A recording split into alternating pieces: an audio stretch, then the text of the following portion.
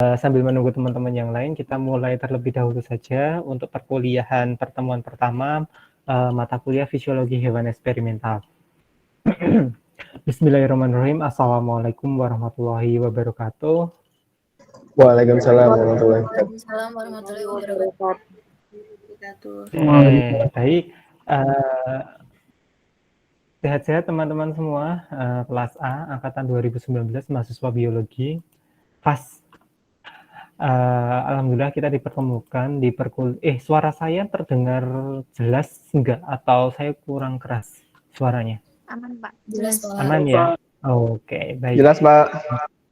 Wah, ini suaranya keras siapa tadi? Bagus. Baik, terima kasih. Suara saya kalau sudah terdengar jelas karena di sini saya di ruangan gitu ya, takut ganggu ruangan sekitar. Jadi langsung saja, hari ini kita akan perkenalan pertemuan pertama untuk materi. Nah, ini sambil saya searching materinya ya. Untuk materi fisiologi hewan eksperimental atau mata kuliah fisiologi hewan eksperimental.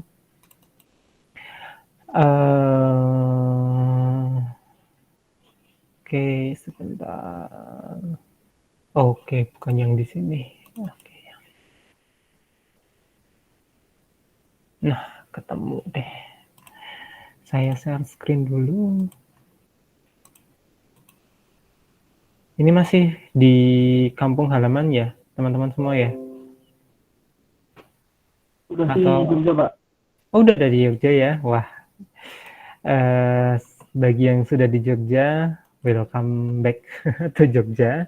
Tetapi memang untuk fakultas kita saat ini memang belum berani untuk memutuskan pertemuan tatap muka di awal pertemuan di pertemuan sebelum UTS, karena memang berbagai macam hal ya, termasuk memang kok kita masih belum turun drastis di wilayah kota Jogja untuk level 1 ataupun level 2. Sehingga memang mau tidak mau untuk tatap muka secara teoritis untuk fisiologi hewan dan mata kuliah yang lain di program studi biologi masih menggunakan secara online. Tetapi nanti insya Allah sebelum menginjak pasca UTS atau minggu ke-8 sampai 14 nanti akan ada evaluasi di mana disitulah nanti kita akan menentukan apakah memang kita layak atau bisa melakukan pertemuan tatap muka terkait dengan perkuliahan. Tetapi untuk model bimbingan, kemudian penelitian, nah itu kita bisa melakukan secara luring tetapi dengan terbatas dan sesuai dengan protokol kesehatan. Nah, untuk fisiologi hewan eksperimental ini, memang mata kuliah ini kalau kita total sebanyak 3 SKS, 2 SKS teori dan 1 SKS praktikum. Nah, berarti memang mata kuliah ini ada praktikumnya. Namun, untuk praktikum, insya Allah nanti kita akan laksanakan praktikum fisiologi hewan eksperimental ini pasca UTS. Jadi nanti di minggu ke-8 ke atas.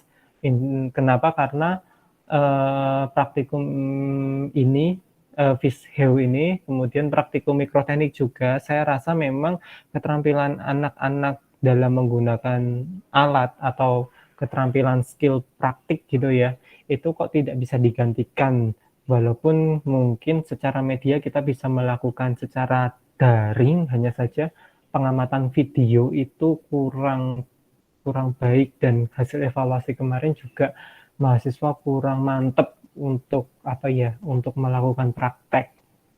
Dan terutama untuk FISHEW ini juga beberapa istilahnya itu mungkin lebih ke skill dan kemampuan.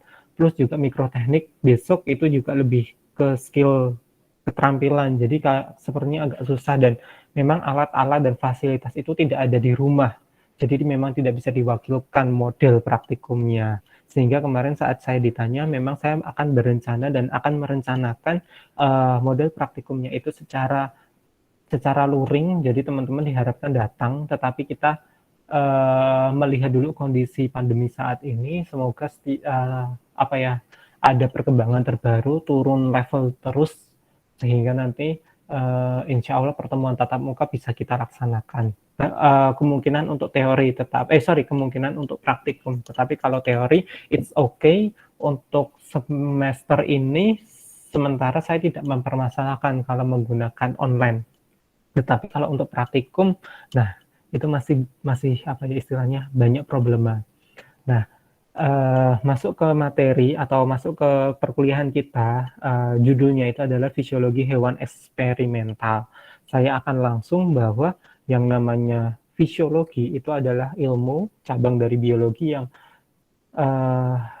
berfokus belajar tentang mekanisme, fungsi, terutama ke fisiologi sendiri dia normal function of living organism. Jadi memang organisme bagaimana dia bisa bertahan hidup, bagaimana dia bisa melakukan kerja pada sistem yang ada di dalam tubuhnya, itu kita pelajari di mekanisme fisiologi. Sedangkan eksperimental sendiri itu mengacu pada eksperimen atau dalam hal ini adalah bersangkutan dengan percobaan atau treatment, perlakuan, dan lain sebagainya. Kenapa? Karena kita merupakan program studi yang berkecimpung dalam dunia penelitian dan salah satunya laboratorium kita itu memang fokus kajiannya itu untuk mengamati salah satu cabang ilmu bidang zoologi hewan gitu. Nah, di mana kita akan mempelajari bagaimana mekanisme fisiologi dari hewan tersebut dan bagaimana pengaplikasiannya terhadap percobaan. Maka memang basic ilmu fisiologi dan organ-organnya secara struktur, baik secara anatomi ataupun jaringan atau histologinya, itu teman-teman udah harus tahu terlebih dahulu. Sebelumnya teman-teman sudah belajar histologi dan anatomi hewan, kemudian sudah belajar embriologi dan reproduksi, kemudian sudah belajar semester kemarin fisiologi hewan dasar. Nah, eksperimental ini itu adalah lebih ke treatmentnya gitu. Kira-kira kalau hewan ini kita jadikan sebagai hewan model, kemudian melihat mekanisme fungsinya, nah itu caranya kayak gimana, kita akan belajar di sini. Nah, untuk kontrak belajar karena masih daring, jadi menyesuaikan saja, dan mekanisme penilaian juga ini standar kehadiran kuis tugas UTS-UAS 35, 35, 20, 55 seperti biasa. Hanya saja nanti kita lihat, biasanya yang paling jatuh itu adalah di UTS. Nanti kalau UTS-nya jatuh, nanti mungkin bisa 30, UAS bisa 40.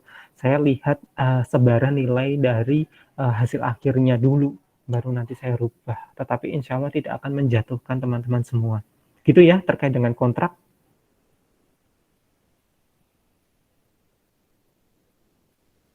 Halo? Iya, Pak. Iya, Pak. Oke. Baik, Pak. Ya. Kalau ada yang nulis di kolom chat, saya nggak bisa baca, soalnya ini saya share screen, jadi saya di laptop saya cuma bisa ngelihat PPT doang. Baik, saya lanjutkan. Untuk materi perkuliahan itu ada 14 ada 14 pertemuan.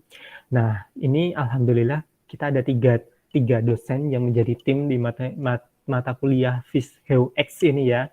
Fisiologi hewan eksperimental ini singkatannya apa ya? Saya belum menemukan singkatannya bagus ini. FHE.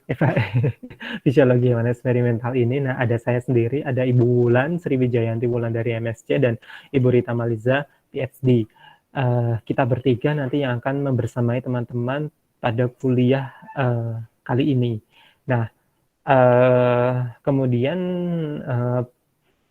kita bertiga itu juga akan disesuaikan dengan kompetensi masing-masing, kemudian sebarannya terhadap materi-materi pada 14 kali pertemuan yang nanti kita akan pelajari. Nah, di sini untuk materi yang pertama nanti kita akan belajar, hari ini juga kita akan belajar mengenal hewan coba. Apa itu hewan-hewan yang bisa kita lakukan sebagai hewan uji, contoh-contohnya itu apa saja. Kemudian minggu kedua, penanganan hewan coba, bagaimana cara handling, kemudian bagaimana bagaimana handlingnya, kemudian bagaimana cara kita bisa melakukan treatment pada hewan tersebut. Itu nanti kita akan belajar di minggu kedua.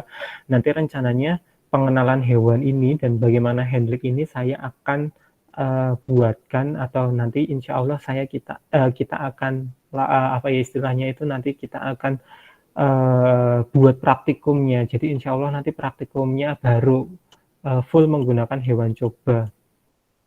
Modelnya seperti itu. Baik, kemudian minggu ketiga nanti ketemu dengan Ibu Wulan. Nah, dengan Bu Wulan, teman-teman semua akan mempelajari tentang anestesi dan eutanasi. Jadi apa itu, bagaimana cara membuat hewan itu dibius gitu ya. Kemudian bagaimana kita mengorbankan atau dalam hal ini adalah menghilangkan nyawa hewan coba. Nah, bagaimana caranya, contoh-contoh caranya nanti kita akan pelajari di eutanasi. Nah, kemudian di minggu keempat sampai minggu keenam ini teman-teman akan berdarah-darah. Nah, maksud dari berdarah-darah yang ada di sini itu adalah kita akan mempelajari ilmu hematologi dan serologi, bagaimana cara mengambil darah, bagaimana cara mengambil serum, terutama pada hewan coba, atau mungkin serum pada manusia pun juga bisa. Kemudian kira-kira dari darah itu apa yang bisa kita pelajari, apa yang kita bisa amati, data-data apa yang bisa kita dapatkan.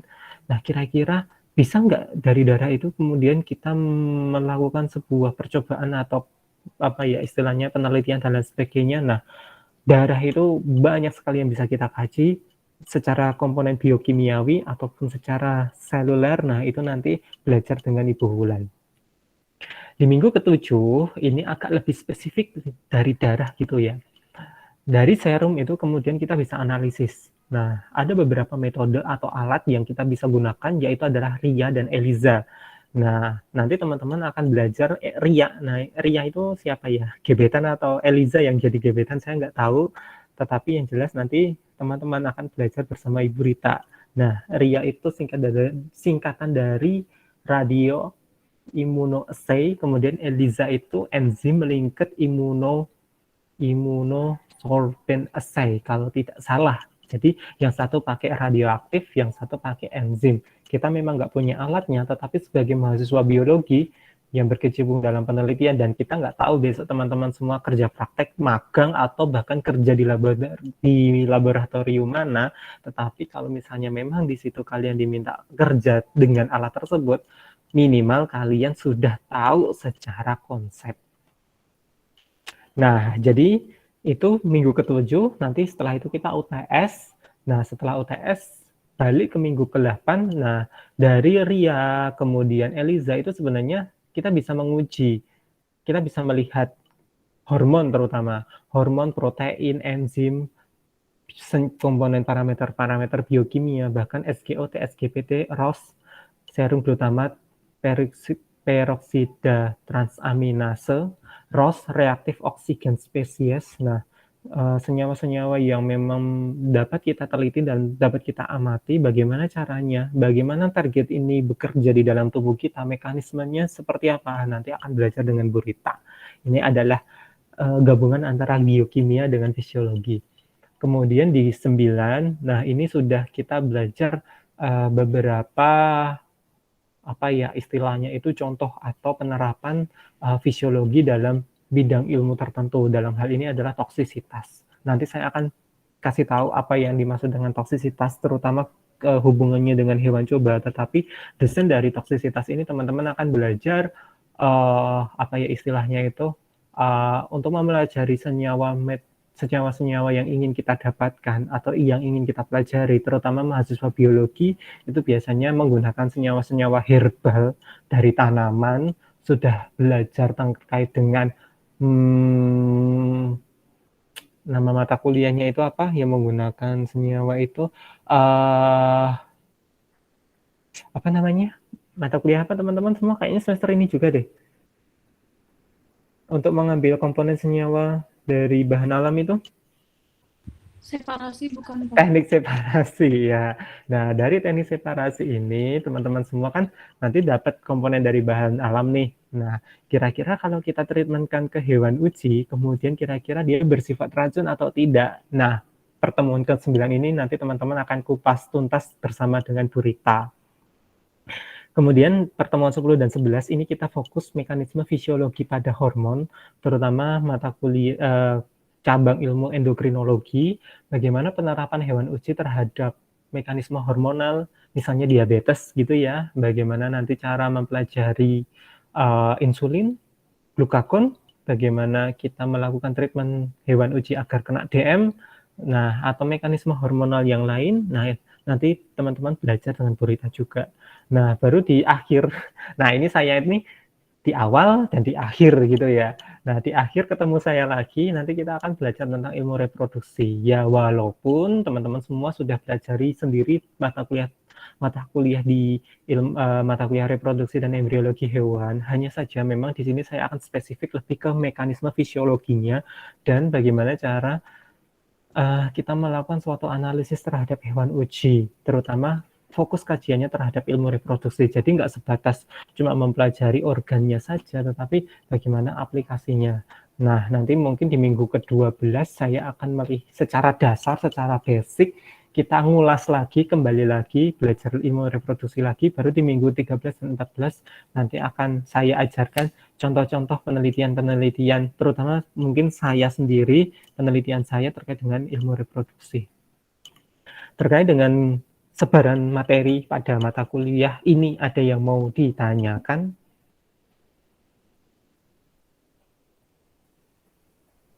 Suara saya putus-putus nggak ya? Nggak ya? Ada yang mau tanya ini? Nggak? Cukup? Halo? Sementara cukup ya? Oke, baik. Nah, kalau tidak ada, saya akan lanjutkan ke alasan dari ya istilahnya basic dari fisiologi hewan eksperimental ini. Boleh kalian minum ya, saya juga minum, biar kita nggak ngantuk. Nah,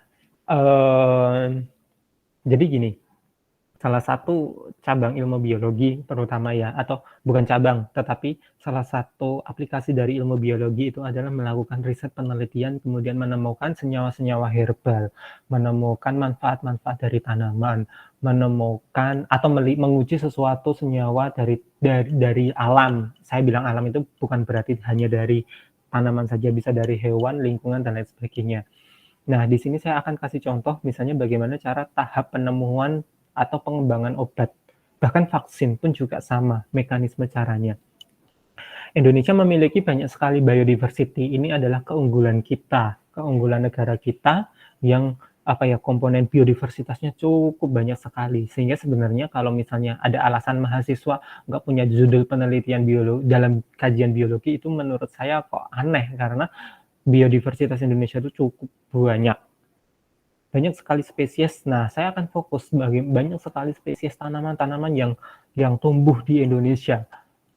Dari Sumatera, Kalimantan, Jawa, kemudian Sulawesi sampai ke Papua, itu kadang tanamannya itu beda-beda. Bahkan mungkin antar satu kelas ini yang beda pulau aja, kalau ditanya nama tanaman aja mungkin ada yang nggak tahu, ada yang ini tanaman ini kalau ke Kalimantan namanya ini, ini kalau di Jawa namanya ini, modelnya seperti itu.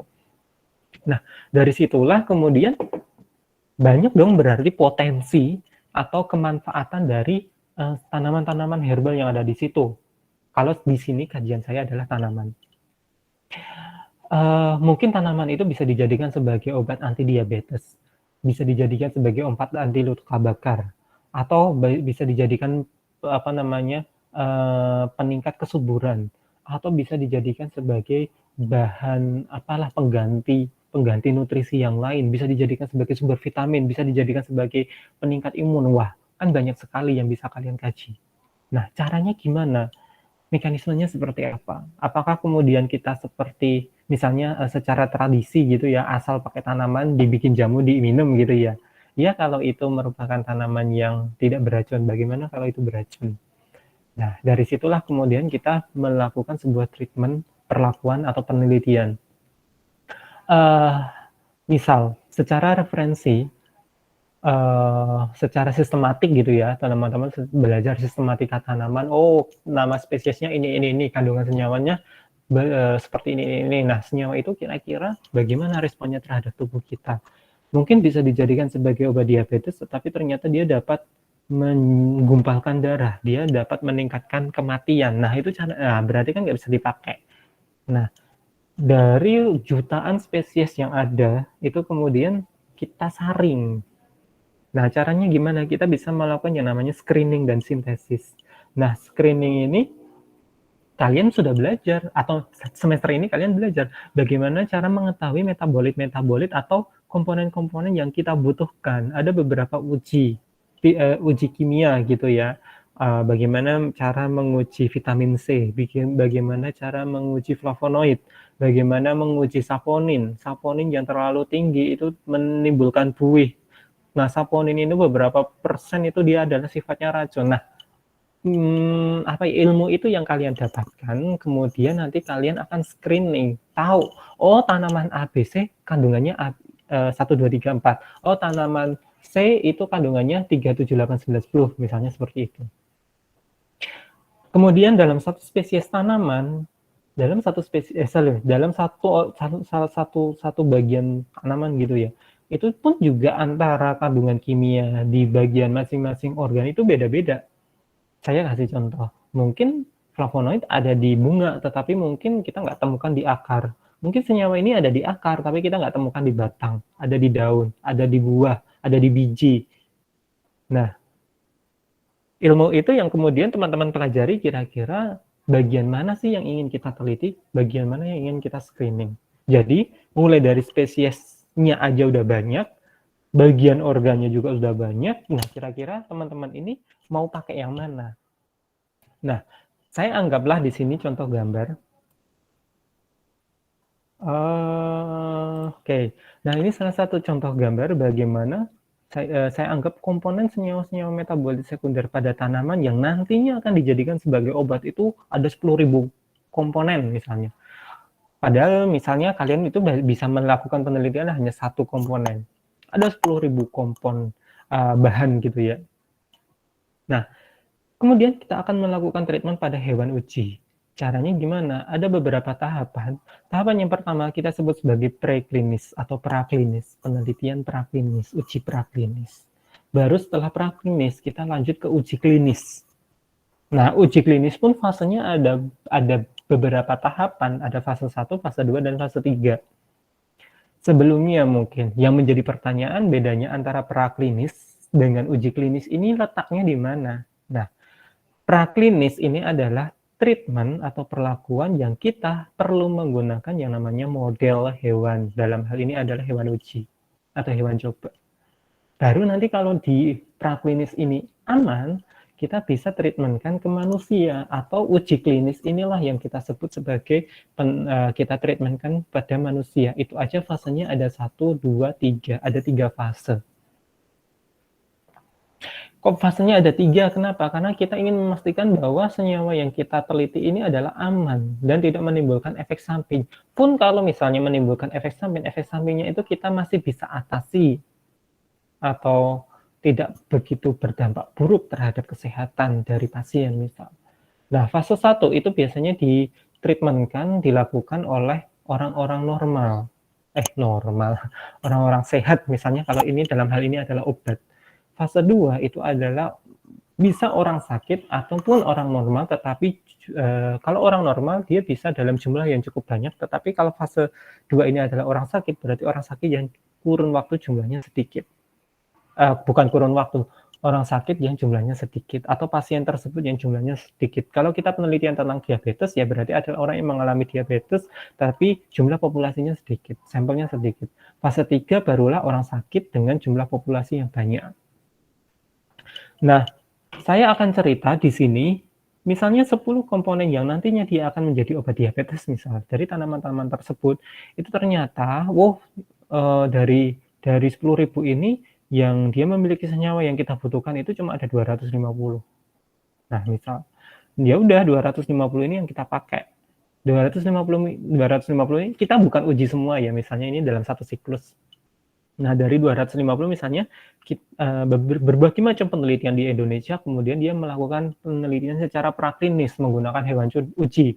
Bisa menggunakan tikus, bisa menggunakan marmut, bisa menggunakan hewan-hewan yang lain. Saat diuji ternyata dari 250 ini ada yang menimbulkan efek samping, hewannya mati. Nah, kemudian memiliki sifat toksik. Nah, tadi ya memiliki sifat toksik sehingga dia toksik nih, beracun walaupun memiliki efek menyembuhkan tetapi ternyata dia berpengaruh terhadap organ-organ yang lain. Sehingga dari 250 ternyata cuma kesaring 5. Nah, kesaring 5 ini nanti kita ujikan secara klinis.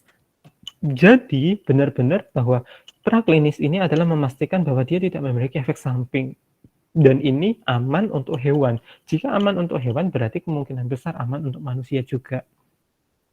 Nah, di manusia nanti kita lihat efek-efek samping ringan, karena efek samping yang berat termasuk kematian itu kita sudah lakukan ke hewan uji. Jadi kalau misalnya nanti kalian akan belajar yang namanya LC50, LD50.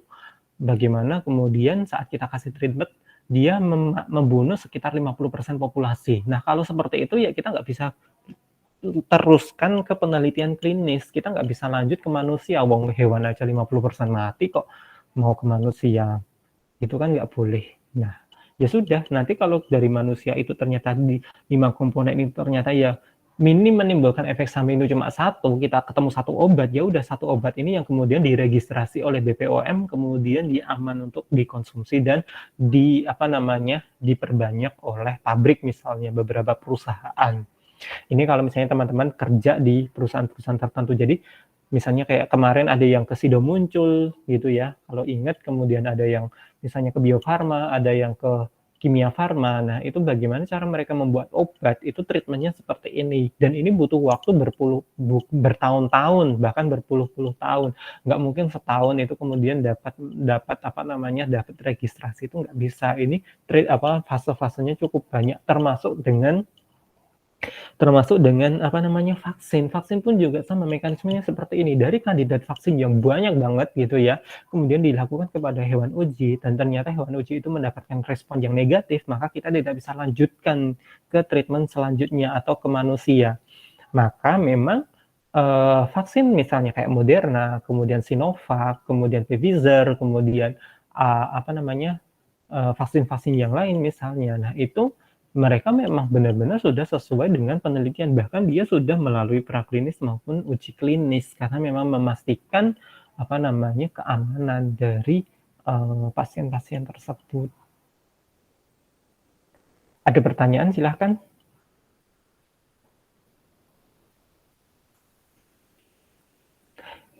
Ada pertanyaan? Belum, Pak. Oke, baik. Ada, Pak. Nah, disinilah fisiologi hewan eksperimental itu berperan. Jadi kita lebih fokus ke penelitian praklinis. Ya, kalau misalnya tertarik ke uji klinis bisa gitu kan, tetapi biasanya memang yang memiliki izin untuk berkecimpung dalam dunia klinik itu adalah dokter. Jadi memang kalau misalnya teman-teman melakukan sebuah riset penelitian yang berhubungan dengan manusia, nah yang bertanggung jawab itu adalah dokter. Nah biasanya memang dokter-dokter itu bekerja sama dengan departemen-departemen yang lain termasuk biologi dan departemen riset yang lain. Saya akan lanjut, ini adalah slide yang sama dengan yang tadi, saya next. Nah jadi memang banyak sekali yang kita gunakan untuk penelitian ini karena gini, yang namanya hewan kadang dia memberikan respon yang berbeda. Jadi kita perlu uji bukan hanya ke satu jenis model hewan coba saja, tetapi kita bisa menggunakan jenis atau model hewan yang lain untuk memastikan benar-benar apakah apakah memang terdapat efektivitas untuk menyembuhkan atau efektivitas terhadap mekanisme fisiologi yang kita harapkan. Yang kedua adalah untuk benar-benar memastikan bahwa ini aman. Dalam hal aman adalah tidak menimbulkan efek toksik atau racun terhadap tubuh kita, sehingga ya sebelum ke manusia kita treatmentkan ke hewan uji.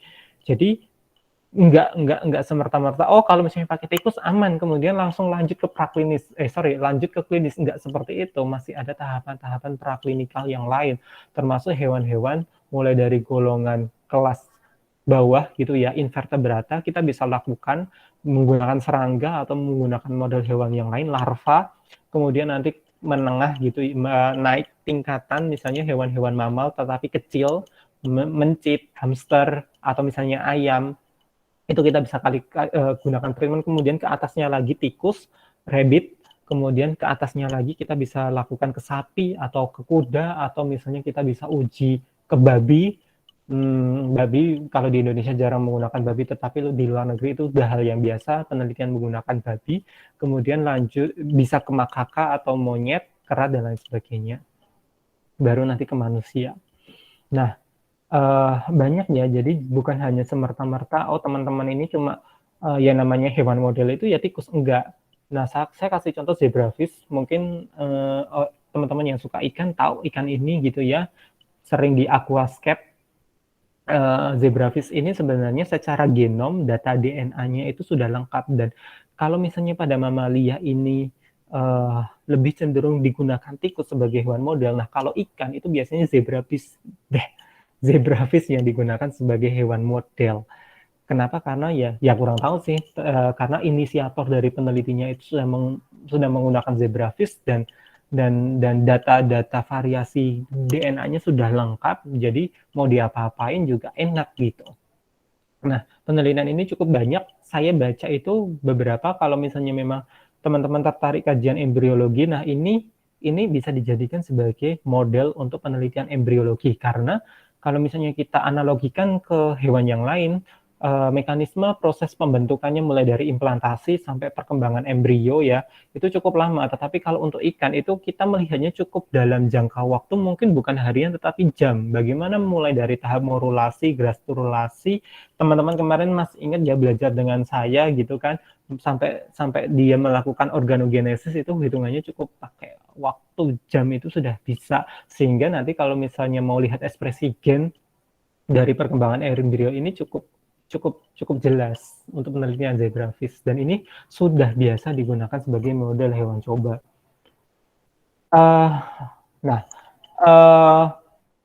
Ada sebuah badan independen, badan tersendiri yang kemudian dia mengawasi para peneliti termasuk kita itu apakah memang layak atau kalau mungkin manusia itu memiliki yang namanya perikemanusiaan, tetapi kalau hewan itu bukan kehewanan ya, tetapi animal welfare atau kesejahteraan hewan. Nah, ada sebuah badan yang namanya komite etik, di mana komite etik ini akan melihat proposal penelitian kita. Jadi mahasiswa itu kalau misalnya mau skripsi itu pasti membuat yang namanya proposal skripsi. Nah, proposal skripsi itu salah satu contoh proposal penelitian. Kita sebagai dosen itu juga melakukan penelitian. Peneliti di instansi yang lain atau di dinas-dinas yang lain itu juga melakukan penelitian. Nah, proposal-proposal itu akan dibaca oleh komite etik, dipelajari oleh komite etik, apakah memang dia sudah memenuhi kaidah prinsip kesejahteraan hewan. Apakah hewan ini nyaman saat dilakukan penelitian? Apakah kandangnya sesuai? Apakah diberi makan? Kalaupun diberi makan, makanya sudah sesuai atau tidak? Kalau misalnya treatmentnya itu menyakitkan, kira-kira dia dikasih obat bius atau tidak? Nah, model-model seperti ini yang diawasi oleh komite etik.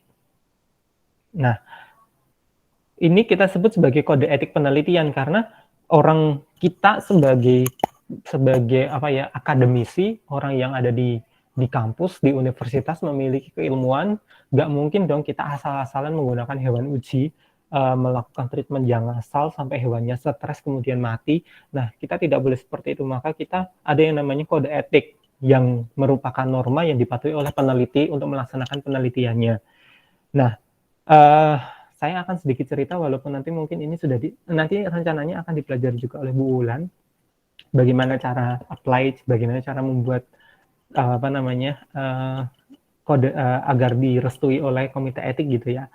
Yang jelas tugas komite etik itu adalah satu, dia mereview atau mereview ya, untuk menelaah apakah sudah sesuai dengan animal welfare atau tidak. Sebatas itu tok. Jadi dia tidak akan dia tidak peduli dengan desain penelitian kalian, latar belakang penelitian kalian apa, tetapi mereka hanya akan fokus pada hewan itu sebenarnya sudah sejahtera atau belum. Jadi jangan takut dan nanti akan penelitian saya akan di stop atau enggak. Mereka lebih ke animal welfare-nya, kesejahteraan hewannya itu sudah disejahterakan atau belum gitu. Nah, kemudian memperhitungkan prinsip 3R dan 5F. Untuk prinsip 3R nanti akan saya ajarkan di sini, saya akan kasih tahu. Kemudian memantau perawatan dan penggunaan hewan coba. Kemudian kalau misalnya ini it's okay, tidak masalah, bisa dikerjakan oleh kita, ya udah nanti mereka akan memberikan surat. Nah, surat itu yang kita gunakan untuk apa ya istilahnya, untuk dasar kalau ini sudah disetujui oleh komite etik. Nah, oke, saya akan lanjut. Salah satunya adalah selain kesejahteraan hewan, komite etik ini sebenarnya juga melindungi para peneliti. Misal kita melakukan penelitian menggunakan hewan coba tersebut kita treatment atau kita kasih perlakuan agar dia mengalami kanker atau dia mengalami tumor gitulah. Kita kasih senyawa-senyawa karsinogenik. Tapi karsinogeniknya kita buangnya sembarangan, ya udah kita buang di wastafel. Nah, itu tidak memenuhi kaidah dari komite etik tersebut, sehingga nanti pasti nggak akan lolos. Bagaimana cara pembuangan limbah itu akan ditanya sama mereka. Dan ini juga melindungi kita kalau kita sembarangan pada mekanisme penelitian yang akan kita lakukan, itu juga akan berefek kepada kita sendiri. Bahkan juga tidak akan melindungi personal yang ada di sekitar. Di situ ada laboran, di situ ada mahasiswa yang lain, ternyata kalian ngawur misalnya penelitiannya, dan itu ternyata membahayakan sekitarnya, nah itu juga tidak akan direstui oleh komite etik. Yang terakhir itu adalah menerbitkan jurnal atau naskah publikasi, naskah ilmiah, karena memang naskah ilmiah yang baik itu biasanya mereka jurnal-jurnal yang bagus, editor itu akan nanya apakah ini sudah memenuhi kaidah atau kesejahteraan hewan atau tidak. Kalau iya, kalaupun kalian jawab oh iya ini sudah memenuhi kaidah, buktinya mana? Nah, bukti itu yang perlu dilampirkan, sehingga komite etik ini memang penting. Nah, di UAD itu ada komite etik UAD, webnya bisa dilihat sendiri ya, ini cap.uad.ac.id, di mana nanti teman-teman semua yang berkecimpung atau penelitian terkait dengan hewan uji, saya bilang hewan uji ya, nggak semua riset hewan uji. Nah, karena saya sendiri memang 100% penelitian yang menggunakan hewan uji, kita harus meminta persetujuan dari komite etik UAD. Nah, contohnya seperti apa? Nah, ini adalah contoh keterangan kelayakan etik. Nah, ini komite etik UGM, nah ini komite etik UAD. Sama saja, mereka akan memberikan surat jika penelitian ini sudah sesuai dengan kaidah kesejahteraan hewan.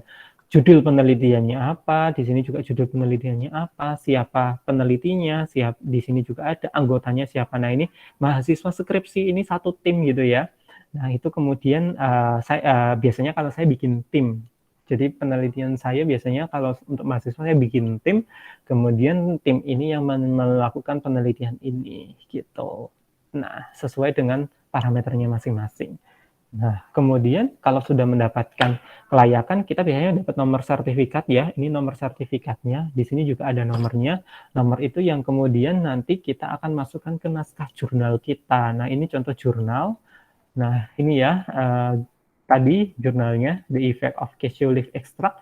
Nah, di sini pada bagian material dan metode, terutama pada bagian metode, apakah kita sudah di-approve atau disetujui etikalnya, itu ditandai dengan nomor sertifikat di sini. Seperti itu. Nah, itu adalah komite etik. Nah, bagaimana cara bikinnya? Lebih lengkapnya nanti teman-teman akan pelajari di minggu ketiga. Apakah ada pertanyaan?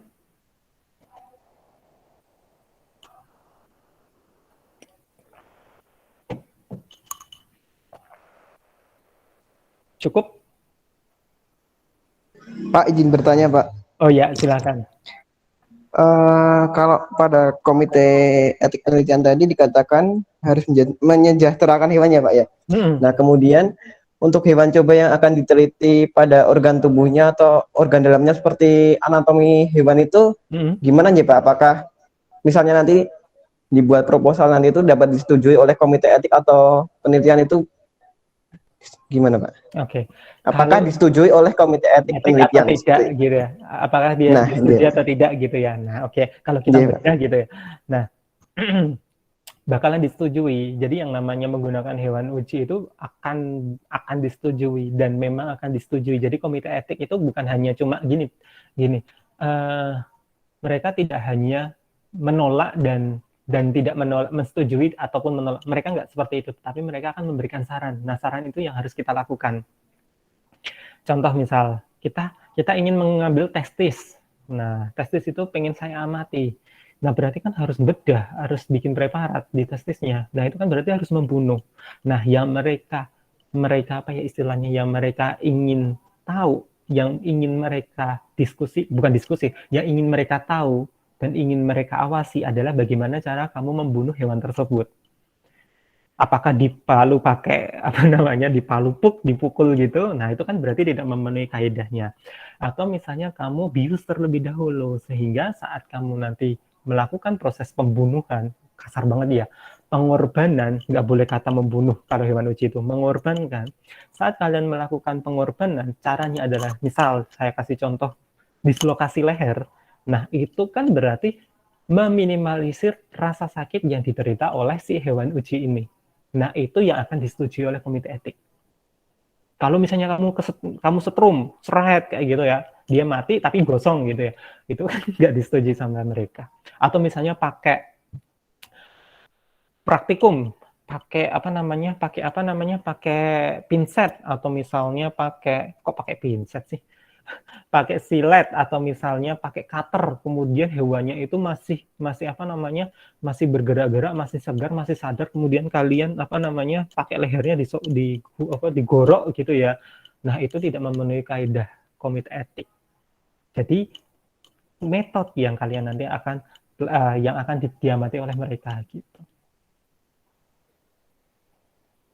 Oke, gitu. Baik Pak, terima Oke, kasih. gitu. Jadi cukup. Cukup ya. Jadi memang yang namanya menggunakan hewan uji, terutama penelitian fisiologi, pasti mereka akan banyak yang dikorbankan, banyak yang dibunuh, banyak yang dikorbankan. Saya dimarahin bilang dibunuh dulu sama dosen saya itu. Banyak yang dikorbankan. Tetapi yang mereka ingin tahu adalah bagaimana cara kalian mengorbankan hewan itu. Itu yang kemudian setelah mereka jadi bangkai atau sisa-sisanya, kalian buang kemana? Buang di tempat sampah, berarti terjadi pembusukan. Kalau misalnya di situ kalian kasih treatment senyawa-senyawa kimia, apakah senyawa kimia itu akan mencemari lingkungan? Nah, mereka akan menanyai di bagian ini, di part ini gitu loh. Gitu ya. Nanti saya akan kulas lagi. Mengenai hal itu. Nah, desain penelitian eksperimen, terutama untuk untuk praklinis itu di sini ya. Jadi kita treatmentkan terlebih dahulu menggunakan hewan uji, kemudian bahkan sampai ke yang paling dekat dengan kita, misalnya ke kera gitu, baru nanti kita clinical trials. Fase 1, fase 2, fase 3 dengan populasi yang cukup banyak, kalau approve, nah kemudian oke, ini bisa dipakai. Bahkan sebuah penelitian itu bisa sampai 10 sampai 15 tahun. Memang untuk COVID-19 ini dikejar secepat mungkin, bahkan mungkin ada beberapa step yang dilewati, tetapi tetap sesuai dengan kondisi dan komite etik. Nanti saya akan kasih tahu kok bisa dari jangka waktu penelitian 10 tahun bisa sampai 1 tahun, bisa dipercepat 1 tahun. Kita save dulu pertanyaan itu. Nah, sebagai peneliti, kita banyak banget yang perlu menjadi tanggung jawab kita. Kita menggunakan hewan uji, kita menggunakan tikus, dan tikus itu mengorbankan nyawanya mereka, hidupnya mereka demi penelitian kalian, sehingga nyawa-nyawa ini juga harus dibalas dengan sesuatu yang setimpal. Contohnya apa? Kalian bertanggung jawab agar si hewan ini tidak mengalami resiko nyeri atau stres yang sangat-sangat tinggi. Jika, biasanya di komite etik itu ada pertanyaan juga, jika memang dia akan mengalami kesakitan, bagaimana cara kalian meminimalisir rasa sakit itu? Nah, ada obat bius, kemudian ada treatment yang lain, kandang, kondisi lingkungan, aklimatisasi, dan lain sebagainya. Nah, itu nanti akan ditanyakan. Kemudian menghindari penelitian dengan tujuan akhir yang menyebabkan hewan uji mati dengan sia-sia atau alasan yang nggak jelas gitu ya, alasan yang nggak jelas. Sudah mereka mengorbankan hidup mereka untuk kalian, ternyata kalian juga nggak jelas penelitiannya. Ini penelitian apa sih? Proposalnya nggak jelas, tujuan akhirnya nggak jelas, outputnya itu pengen apa? Nggak jelas banget.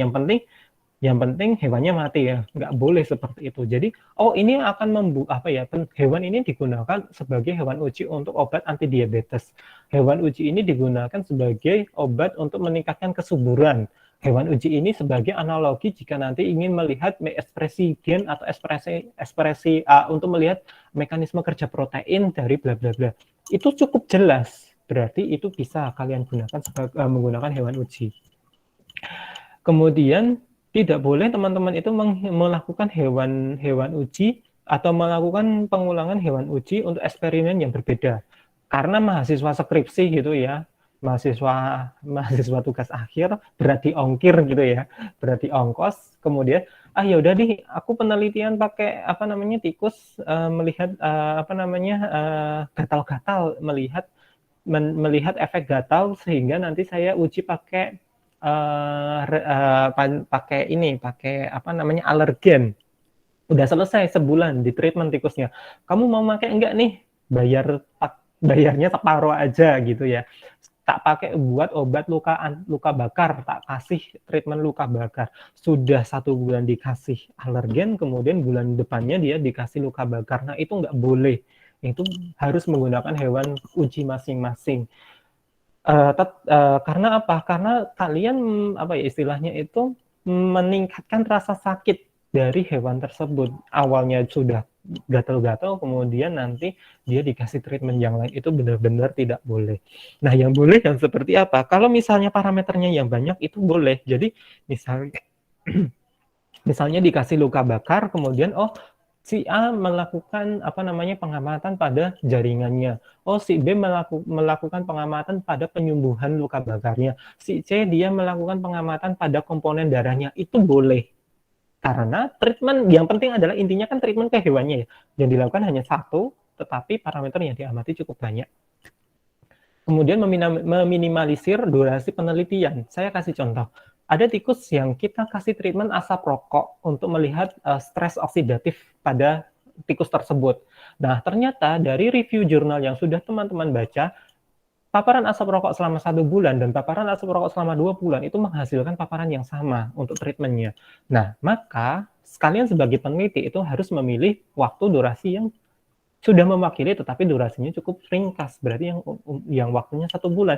Ngapain harus 2 bulan jika hasilnya sama? Jadi kita meminimalisir durasi penelitian. Kemudian menggunakan bahan-bahan atau misalnya kalau eutanasi yang sesuai, jadi dia tidak menimbulkan atau meningkatkan rasa nyeri, distress dan lain sebagainya. Dan kalian juga harus memiliki arah yang jelas, metode yang jelas bagaimana cara nanti kalian operasinya, bagaimana cara pembedahannya, bagaimana cara pengambilan organnya. Itu harus benar-benar kalian harus merencanakan dengan cukup jelas. Oke, dan untuk penelitian tentang fisiologi, fungsi faal ya, fungsi fisiologi terutama yang nanti kalian analogikan ke human atau ke manusia, kalian harus tahu analoginya seperti apa. Nggak sembarangan asal pakai hewan uji. Oke, saya alasan menggunakan tikus, landasannya seperti apa? Karena mekanisme proses pemompaan jantungnya sama dengan manusia, sehingga saya menggunakan tikus. Itu jelas. Tetapi cuma asal, ya udah deh saya pakai tikus, alasannya kenapa ya? Nggak tahu, yang penting mamalia, itu nggak boleh. Jadi kalian harus tahu analogi, saya pakai zebrafish, karena proses perkembangan embrionya pada tahap gastrulasi itu sama dengan manusia. Nah, itu berarti kalian punya istilahnya itu punya standar atau punya basic alasan kenapa kalian menggunakan hewan uji tersebut. Ada yang mau tanyain? Untuk tanggung jawab sebagai para peneliti?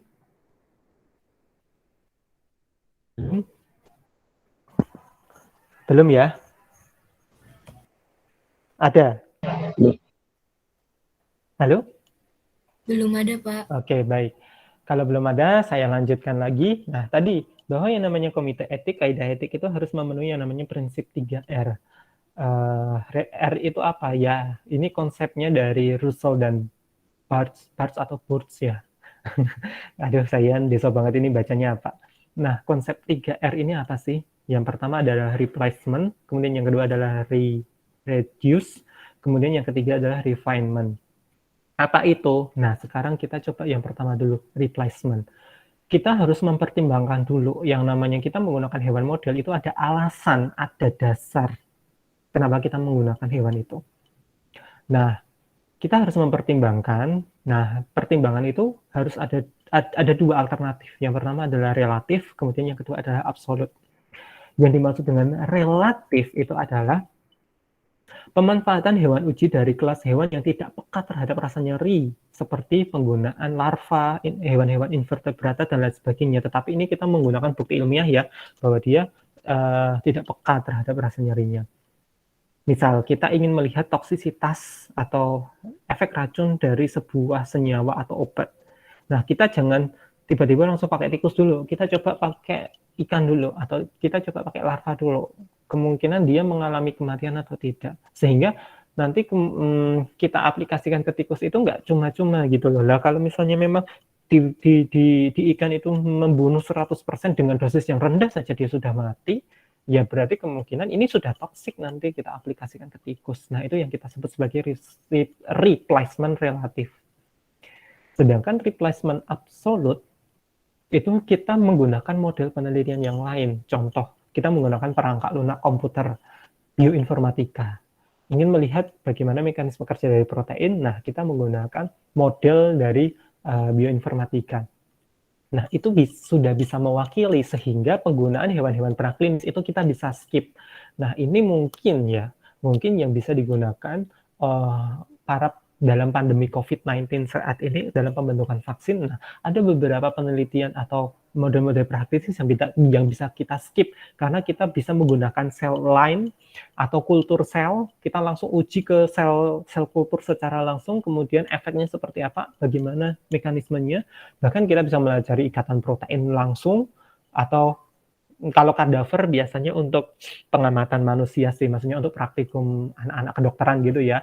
Nah, untuk melihat masa kita harus membunuh manusia untuk belajar praktikum anatomi manusia kan enggak, jadi kita menggunakan kadaver. Nah, itu di Fakultas Kedokteran itu kita punya satu kadaver.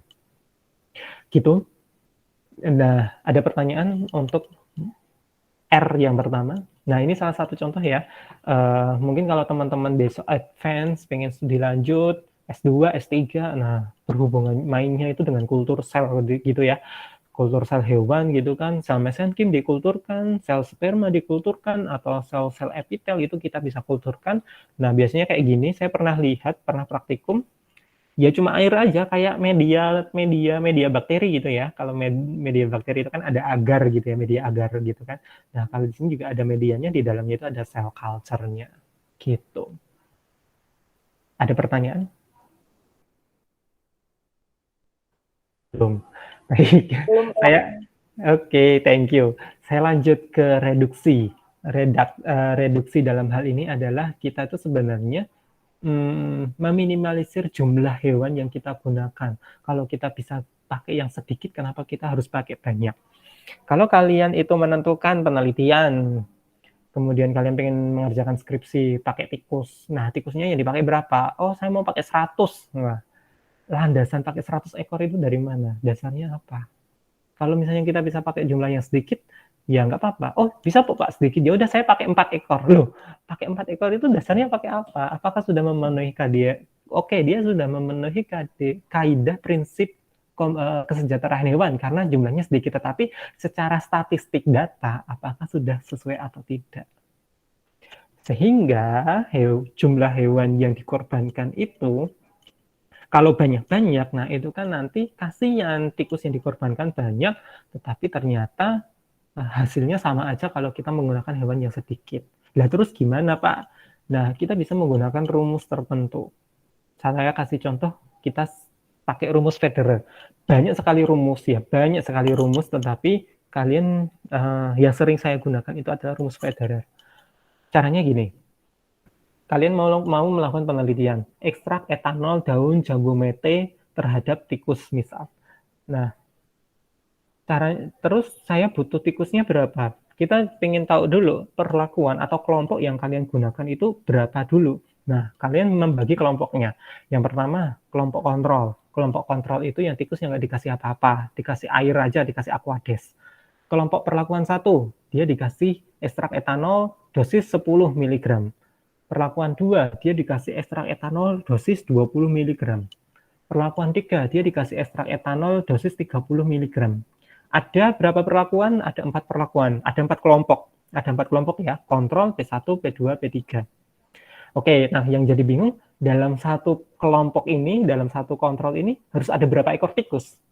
Yang ada pada P1, itu harus ada berapa tikus? Nah, rumusnya adalah, dalam kurung, N-1 tutup kurung, buka kurung, K-1 tutup kurung lebih besar sama dengan 15. Ini harus hafal di luar kepala teman-teman semua.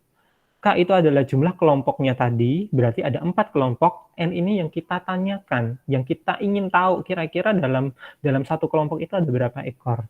Nah, contohnya itu adalah N-1, tadi kelompoknya itu ada 4, berarti 4 kurangi 1 lebih besar daripada 15.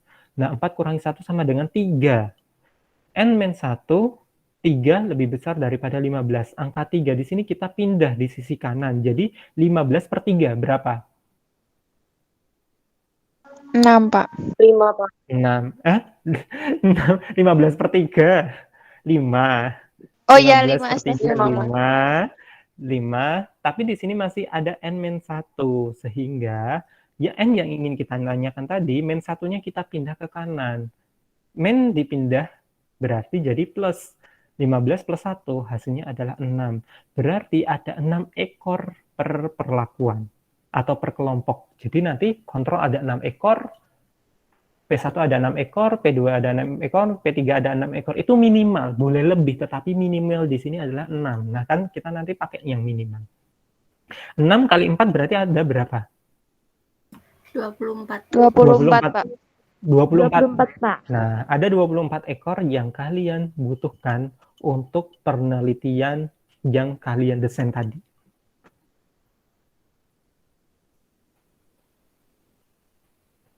Halo, ada yang mau tanyain?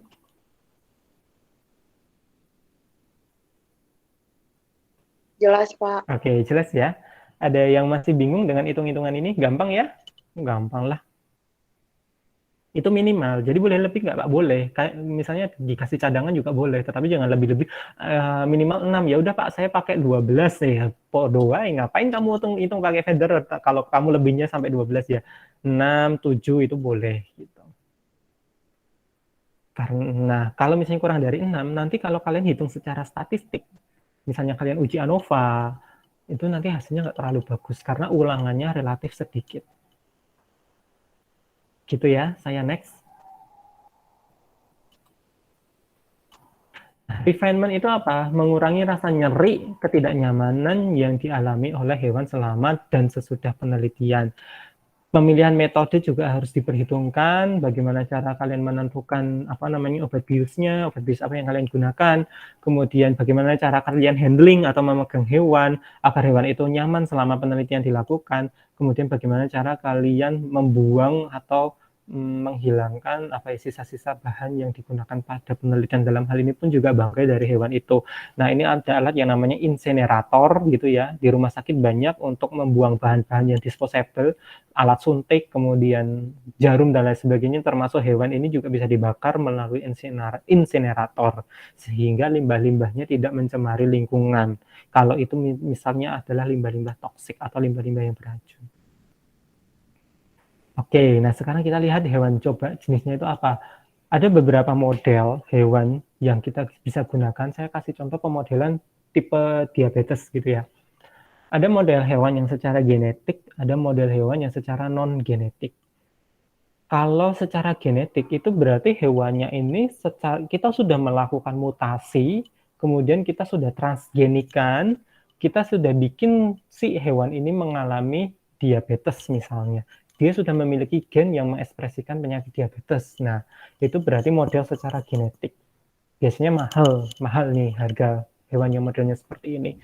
tetapi keakuratannya jauh lebih tinggi dibandingkan dengan yang non-genetik. Nah, non-genetik ini kita kasih contoh, misal kita kasih treatment alloxan, streptozotocin. Nah, model-model bahan kimia ini kalau kita induksi ke hewan model, kemudian dia akan merusak pankreas, kemudian dia akan menyebabkan diabetes mellitus. Nah, ini adalah secara non-genetik. Jadi non-genetik ini misalnya alloxan dan streptozotocin ini salah satu contoh induksi gitu ya. Induksi tanpa operasi. Kalau yang dengan operasi ya, misal kalian membedah, dibuka bagiannya, diapain, kemudian dijahit lagi. Nah, itu kan berarti dioperasi. Biasanya model yang dengan operasi, yang pintar melakukan operasi ini dokter hewan. Dokter hewan itu pintar cara membedah, kemudian mengambil organ, tetapi kemudian hewan itu hidup lagi gitu. Nah, itu mereka bisa. Atau memasukkan bahan atau barang ke dalam hewan itu. Nah, itu orang dokter hewan itu jauh lebih jago. Kalau kita kayaknya belum, saya pun juga nggak bisa. Kalau udah bedah ya mati gitu. Oke, baik. Kalian juga harus mempertimbangkan dalam memilih hewan coba. Nggak asal, saya pakai yang genetik gitu ya. Kalian juga harus menentukan apakah dia mudah dalam pengerjaannya. Memilih hewan itu, ini gampang nggak kalian handling? Kemudian kecocokan model hewan dengan mekanisme kandidat obat.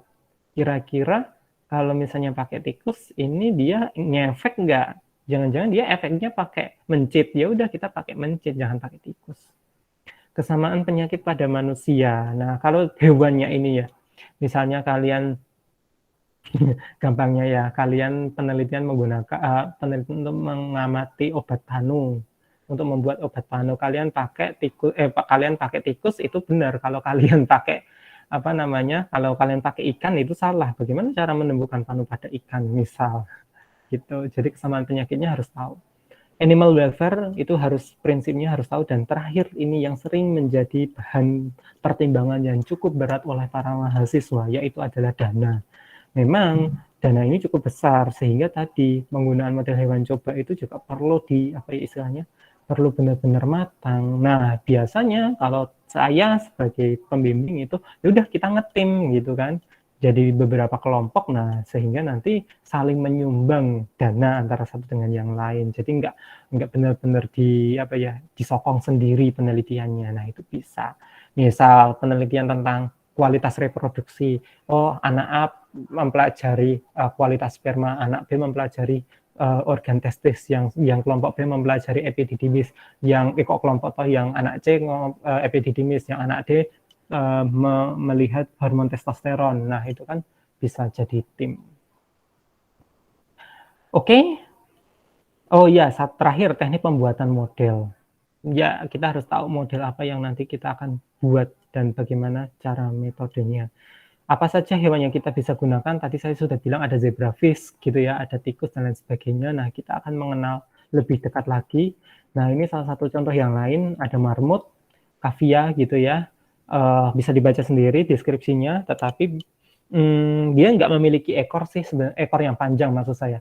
Sebenarnya ekor yang panjang ini mudah kita untuk megang gitu ya. Kalau tikus itu kan enak, ekornya bisa kita pegang. Karena dia nggak punya, sehingga handlingnya agak sedikit, terutama pada saat dia memberontak gitu, agak sedikit susah. Tetapi alhamdulillahnya lagi si marmut ini dia nggak gigit, dia bukan tipe penggigit, maksudnya gigit kita gitu ya, itu enggak, sehingga aman-aman saja. Nah, pertumbuhan giginya relatif cukup cepat, sehingga biasanya teman-teman dokter gigi itu penelitian menggunakan marmut. Kelinci. Nah, kelinci ini cukup gede dibandingkan dengan hewan-hewan yang lain gitu kan. Dia bukan rodensia ya. Nyaman juga, tetapi jarang digunakan untuk yang modelnya itu dibunuh. Maksud saya adalah dikorbankan. Nah, model-model karena dia memiliki permukaan tubuh yang gede gitu ya, teman-teman bisa melakukan treatment, contohnya tadi bikin obat panu, atau ingin bikin krim anti-aging gitu ya, untuk merawat kulit. Nah, kalian paparkan sinar UV, atau obat luka bakar, atau obat apapun yang modelnya adalah atopik, bikin balsem, pokoknya yang model-model seperti itu. Nah, itu kalian bisa cukur bagian dari si tikusnya, cukur pada bagian tubuh kulitnya si kelinci ini, kemudian kalian bisa melakukan treatment terkait dengan desain penelitian yang kalian lakukan. Kemudian ada ayam, nah ini yang sering saya gunakan, insya Allah saya bersama dengan mahasiswa bimbingan yang tahun 2022 besok mau melakukan penelitian menggunakan ayam. Kalau kita analogikan ke manusia ini bisa, contohnya ya, kita bisa melihat proses perkembangan embrio, seperti tadi kita analogikan pada zebrafish. Tetapi sekali lagi karena biologi itu cangkupannya luas, bukan berarti bahwa hewan itu harus kita analogikan ke manusia atau treatmentnya adalah penelitian tentang biomedis. Tidak harus. Nah, kita bisa juga penelitian dalam bidang yang lain, contohnya peternakan, perikanan, membuat feed suplemen, membuat pakan, atau penelitian terkait dengan sanitasi kandang, dan lain sebagainya. Nah, itu bisa dilakukan. Jadi, ya enaknya mahasiswa biologi itu luas kajiannya. Nah, ini ayam ini biasanya dalam dunia peternakan, nah ini cukup representatif dan cukup menjanjikan untuk dilakukan riset dan penelitian, terutama untuk para wirausahawan muda.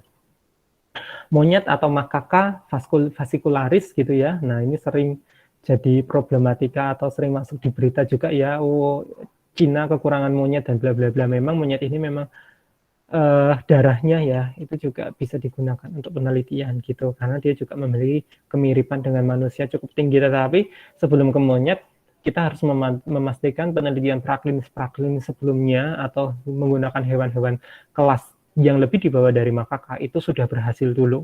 Jadi jangan tiba-tiba langsung uji pakai makaka, sehingga penelitian menggunakan monyet itu jarang banget, saya bilang jarang banget dilakukan oleh para mahasiswa. Maksudnya mahasiswa di sini adalah peneliti baru, peneliti muda.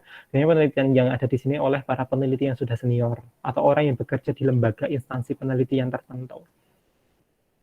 Ada mencit, ada tikus. Nah, ini udah sering digunakan oleh para mahasiswa. Teman-teman, tahu nggak bedanya mencit sama tikus?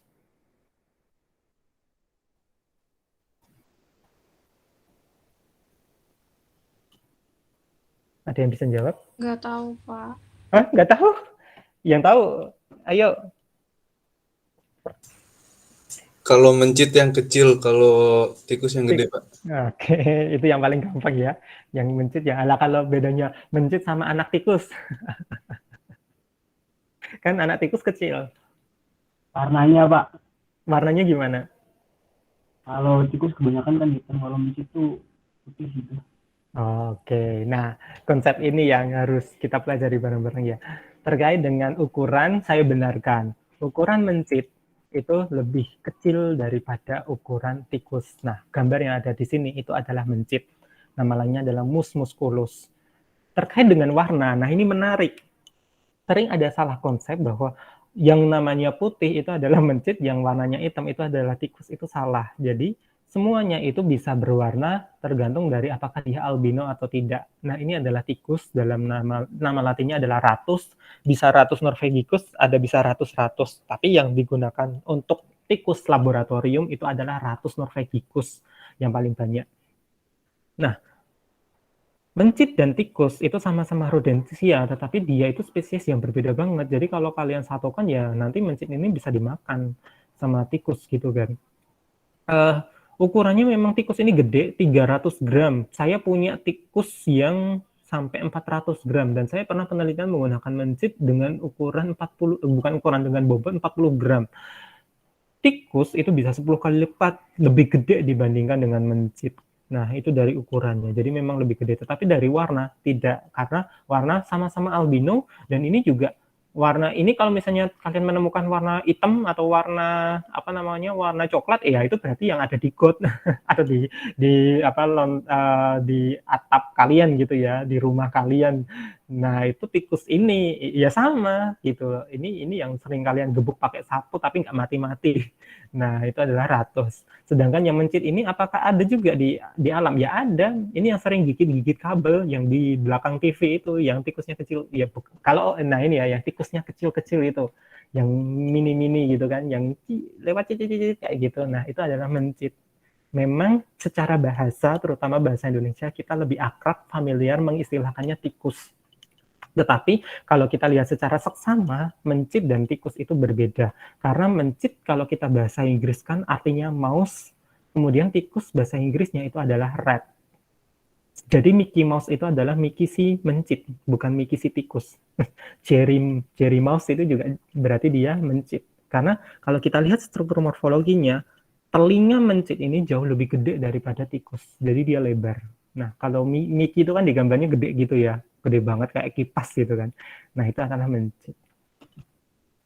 Gitu ya. Oke. Jenis-jenis tikus. Nah, memang tikus yang kita tahu ya cuma tikus lab gitu ya. Ya, ada memang tikus lab itu jenisnya memang banyak banget gitu kan. Dan tidak semuanya warnanya putih. Nah, yang sering teman-teman dapatkan atau yang mudah kalian dapatkan terutama di Indonesia itu adalah jenis Wistar. Nah, ini yang sering saya teliti pakai Wistar Red. Kemudian galur Spraguedauli. Ini bukan nama spesies ya, dia Ratus norvegicus, tetapi galurnya adalah Wistar, yang ini adalah SD Spraguedauli. Ini adalah pengembangan dari para peneliti. Nah, masing-masing bisa dibaca deskripsinya sendiri. Dauli ini lebih diam dia, lebih kalem daripada Wistar. Sedangkan Wistar ini sebenarnya udah paling kalem. Ini Wistar ini paling enak teman-teman semua dibandingkan dengan mencit, karena mencit itu cenderung lebih gigit, suka gigit tangan dibandingkan dengan tikus. Tapi kalau tikus itu jarang gigit kecuali kalau handling kalian memang buruk. Kalian nggak bisa megang, nah dia marah, nah baru kalian gigit. Tapi rata-rata alhamdulillah dua periode ini belum ada yang digigit sama tikus sih gitu. Tetapi kita juga pakai sarung tangan, jadi kalau digigit juga nggak apa-apa. Nah ini dan enaknya Wistar nih ya, Wistar sama SD ini kalau kita taruh di meja ya dia diem gitu loh, nggak kayak tikus di atap rumah atau tikus liar gitu yang dia langsung lari cecek kayak gitu, enggak, dia anteng kayak hewan peliharaan yang lain karena dia benar-benar dikembangkan di laboratorium, di breeding beneran gitu loh. Jadi sanitasi, kebersihan dan sebagainya mereka terjaga. Ada lagi biobreeding rats, atau dalam hal ini dia secara transgenik, berarti dia tipe model hewan coba secara genetik ya. Dia memiliki kelainan autoimun DM tipe 1 karena pada game GMAPS 5-nya dia dimutasi. Nah, ini dia otomatis kena DM, dia kena diabetes. Nah, ini biasanya orang Jepang nih sering nih penelitian yang model-model pakai kayak gini gitu ya. Nah, di Indonesia itu biasanya induksinya alloxan, streptozotocin gitu. Ada long event rats. Nah, ini penelitiannya tentang penyakit respirasi untuk mekanisme inhalasi. Tadi rats itu belum tentu ya, yang namanya tikus itu harus warnanya putih, yang di lab itu harus putih, enggak. Nih, ini warnanya hitam putih. Ada Zucker. Nah, ini yang Zucker nih gemuk nih, beratnya berkali-kali lipat dibandingkan dengan yang normal. Kenapa? Karena dia memiliki kelainan pada reseptor leptin. Padahal ini yang meningkat modelnya itu menghentikan nafsu makan. Jadi dia lapar terus, makan terus, berat badannya meningkat, akhirnya gede kayak gini. Cocok bagi para peneliti yang penelitian terkait dengan gaya hidup yang nggak sehat gitu ya, termasuk obesitas, hipertensi dan kawan-kawannya. Jadi ini tikus berlemak. Kemudian ada hairless rat. Nah, tadi kalau misalnya kita harus nyukur gitu ya, dicukur pakai alat cukur gitu. Nah, ada yang secara genetik dia tidak memiliki rambut sama sekali. Jadi cocok bagi teman-teman yang penelitian tentang alergi, penelitian tentang kulit, penelitian tentang krim kulit, anti-aging, kemudian luka bakar, terus pokoknya obat-obat oles kayak gitu. Nah, ini cocok. Tapi mahal ini kayaknya. Hairless ini kayaknya sudah dijadikan hewan peliharaan juga. Ada beberapa di YouTube itu ada yang sudah memelihara sebagai hewan peliharaan, padahal geli juga kalau lihat gitu ya. Nah, ada RCS juga yang dia memiliki kelainan pada retinitis pigmentosa, jadi dia punya kelainan pada matanya. Jadi kalau di negara maju kayaknya mereka itu secara genetis itu udah bikin hewan uji ini udah aneh-aneh gitu ya. Kalau di kita masih step, masih bertahap gitu. Siapa tahu nanti insya Allah teman-teman semua bisa bikin hewan model tersendiri. Nah, itu jauh lebih bagus. Sedangkan mencit juga sama, jenisnya macam-macam. Nah, ini yang warnanya kayak yang ada di rumah kalian gitu. Nah, itu ya ada Babsi, kemudian ada C3H. Ini bukan kemudian warnanya coklat dibilangnya C3H ya. Dia secara genetis aja dia secara genetis itu sudah bagus untuk penelitian cancer, infectious disease dan lain sebagainya. Sedangkan yang sering ada dan saya melakukan penelitian itu adalah model Babsi. Babsi ini banyak di Jogja. Agak sedikit ringkih, tetapi tergantung perawatan kalian sih sebenarnya ringkih atau tidak itu. Babsi, DDY itu juga bisa. Saya kurang terlalu banyak belajar untuk yang mencit, tetapi banyak jenisnya ya. Termasuk yang dia tidak memiliki ekor itu ada Athenic nut sama Babsi. Babsi itu yang nggak punya secara genetis dia nggak punya rambut itu juga ada. Kemudian ada C57BL dan Not SCID. Memang semakin lama semakin meningkat, banyak model-model tikus yang kemudian diberikan nama-nama lain tergantung dari kepentingan penelitiannya atau siapa penemunya atau instansi mana yang dia melakukan penelitian. Walaupun nanti kalau kita lihat itu sebenarnya tikusnya ya sama aja bentuknya gitu kan, tetapi di dalamnya yang berbeda, gennya atau struktur di organ di dalamnya atau dia memiliki kelainan apa. Nah, itu yang membedakan di situ. Kemudian dia baru diberi nama, modelnya seperti itu.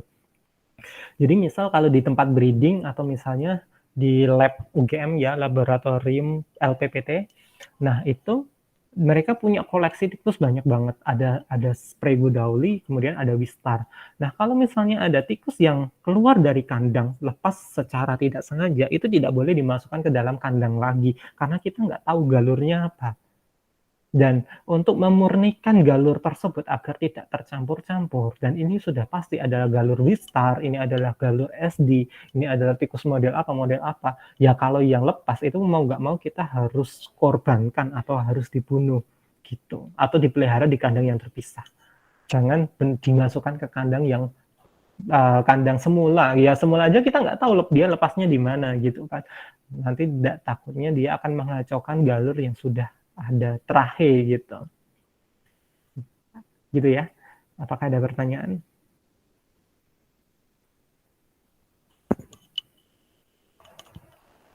Kita sampai jam 2.15 ya, jam 2.10.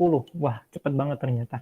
Oke, terakhir penyakit pada tikus itu banyak banget seperti cacingan, kemudian kutu.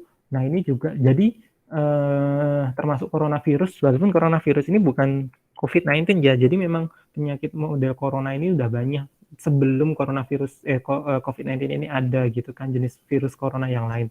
Kemudian ada pneumocystis diakibatkan oleh jamur. Nah, ya kalau mereka sakit, kalian harus pisahkan kandangnya dengan yang sehat agar nanti tidak menular ke teman-teman yang lain.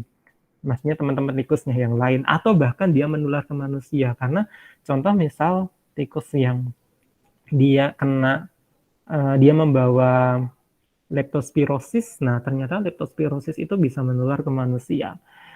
Kemudian kutu ini juga kalau masuk ke rambut, nah itu bisa menular ke kalian. Jadi memang benar-benar kalian harus memastikan tikus yang kalian pakai itu adalah tikus yang sehat gitu. Cara perawatannya standar, pakan minum, kebutuhannya seperti apa, air minumnya ada di lab kita juga ada wadah air minumnya, pencahayaannya diatur karena mereka nokturnal ya. Ini kita ngomongin tikus ya, walaupun jenis model hewan yang lain nanti juga kalian bisa menyesuaikan. Tikus dan mencit, nah itu kan mereka hewan nokturnal, sehingga kalau misalnya pada siang hari ya kita matikan lampunya gitu. Pada siang hari kita nyalakan lampunya kalau itu adalah tempat tertutup. Karena kalau misalnya siang hari dia gelap, malam hari dia gelap, lah pencahayaannya jadi nggak stabil. Kemudian suhu dan kelembapan juga dijaga. Alhamdulillah di tempat kita animal house-nya punya AC gitu ya, jadi suhu dan kelembapan pun juga bisa dijaga. Nah tadi karena dia nokturnal juga, maka teman-teman itu kalau kalian melakukan treatment biasanya siang hari. Siang hari itu adalah waktu mereka tidur, sedangkan malam hari itu mereka beraktivitas. Maka kalau bisa kalian itu melakukan treatmentnya itu pagi hari, agar siang harinya waktu untuk mereka istirahat itu jauh lebih banyak. Nah, sanitasi juga 3 hari sekali sekamnya itu harus diganti, dibersihkan gitu ya. Ya, jadi ya kayak momong anak, kayak punya anak gitu yang bersihin kotorannya gitu kan. Kalau teman-teman yang punya pemeliharaan itu udah biasalah gitu untuk memelihara hewan ini. Jadi menarik kalau penelitian menggunakan hewan coba itu. Gitu. Nah, ini desain kandang yang bagus ya. Satu kandang 1 ekor, tetapi ya bisalah nanti kalau kita itu biasanya 1 kandang 1 perlakuan gitu ya, kecuali kalau memang penuh baru nanti kita pisahkan. Nah, ini contoh desain kandang gitu ya, ada labelnya dan lain sebagainya. Nanti besok desain ini kita bisa pelajari di minggu kedua, insya Allah. Gitu. Oke, mungkin itu saja dari saya. Apakah ada pertanyaan sebelum saya akhiri? Saya Pak, Ya, silahkan. kan misal hewan uji cobanya udah selesai kita pakai. Yes. Terus nanti hewan uji cobanya dilepas atau ada perlakuan khusus sebelum ngelepas ke alam, Pak? Tergantung hewan ujinya itu kalian melakukan pengorbanan atau tidak, ingin mengambil organnya atau tidak. Kalau diambil organnya ya udah mati kan. Tidak Pak, misalnya kayak dia menyuntikkan sesuatu ke dalam tubuh hewan uji coba tersebut. Jadi dilihatnya dari luarnya. Oke, dari perilakunya, misalnya mengamati perilaku gitu ya. Nah, iya, Pak. Bisa kalau misalnya dari perilaku, kalau dari perilaku bisa. Yang ada beberapa ada berbagai step gitu ya. Yang pertama tetap dipelihara sampai dia mati. Yang kedua mereka tetap dikorbankan, jadi ujung-ujungnya tetap dibunuh. Tetapi dibunuhnya ini sesuai dengan prosedur. Contoh, kita kasih obat bius, kemudian kita dislokasi, sehingga dia meminimalisir rasa sakit. Kenapa? Karena saat nanti dia nggak dibunuh, kan kita harus memelihara dengan waktu yang lama. Kalau misalnya teman-teman ini memiliki jiwa untuk memelihara sampai dengan kurun waktu yang lama, it's okay. Tetapi kalau kemudian malah ada kemarin misalnya mahasiswa yang penelitiannya udah selesai, dia tidak membunuh gitu ya, dia hanya melihat perilakunya saja. Tetapi setelah penelitiannya selesai, ya udah, ya ini kan skripsi toh, ya udah deh, karena skripsinya saya udah kelar ya saya tinggal aja. Nah, kasihan mencitnya itu nggak dikasih pakan selama 2 hari, mereka berantem dan dan kekurangan airnya nggak diisi, dia nggak minum 2 hari itu nggak kayak gitu. Nah, karena saya tahu ya, saya kasih pakan gitu. Kemudian saya panggil mahasiswanya, kenapa kok nggak dikasih makan? Alasannya lupa. Nah, itu nggak boleh sebagai peneliti. Kalau misalnya memang ini sudah selesai dan tidak istilahnya tuh tidak melibatkan hewan ini lagi dan tidak mau berlama-lama dengan hewan uji, ya tolong hewan ujinya itu dikorbankan agar dia tidak merasakan rasa sakit yang lebih lama, misal gitu. Gitu dia. Berarti ujung-ujungnya semua hewan uji coba itu dikorbankan ya, Pak? Ya, benar. Kecuali kalau misalnya misal ya penelitiannya itu bukan kalau penelitiannya tentang tumor, walaupun mungkin untuk mahasiswa biologi jarang, tetapi ini sering dilakukan oleh mahasiswa kedokteran ataupun kedokteran hewan. Mereka melakukan melakukan treatment tumor, misalnya tumbuh tumor di bagian kulitnya, kayak kutil gitu ya, atau tumor di bagian kepalanya. Nah, ini nggak bisa kalau kita diamkan dia dipelihara dalam kurun waktu yang lama gitu kan. Mau tidak mau, dia harus dikorbankan. Walaupun mungkin kita cuma ngambil sampel darahnya aja untuk tumor tersebut, kita nggak bunuh. Tetap harus dikorbankan karena dia merasakan sakit saat dia mengalami tumor tersebut. Gitu dia. Tetapi kalau misalnya kita melakukan penelitian cuma kasih ekstrak, kita kasih vitamin, penelitian ekstrak terhadap paparan asap rokok misalnya gitu kan. Asap rokok kemudian dia dikasih ekstrak dan ternyata hewan uji yang kita kasih itu ternyata banyak, ada misalnya ada dua dikorbankan kemudian ada sisanya. Nah, sisanya itu kemudian kalian bisa pelihara, dikawinkan kemudian punya anakan itu yang dipakai untuk penelitian setelahnya, itu boleh. Gitu. Terima kasih, Pak. Iya, sama-sama. Jadi tergantung dari hewannya. Kalau mau dipelihara lagi, dikembangbiakan, dibreeding gitu ya, itu boleh.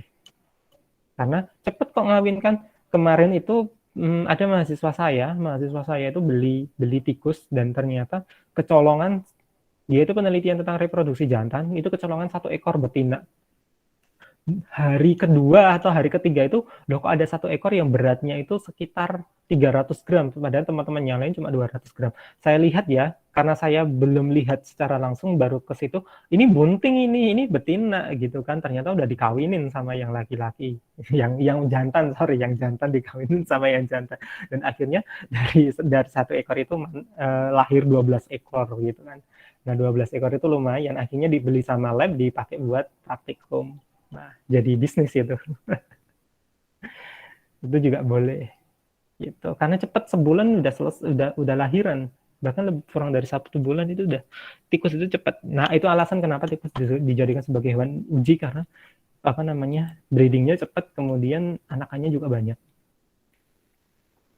Oke, gitu dia. Ada pertanyaan yang lain atau dia mau nambahin, silakan. Bapak izin bertanya. Iya, Benta.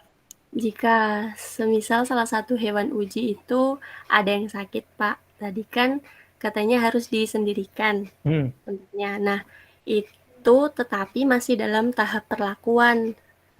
Misalnya masih diberi ekstrak begitu ya, Pak.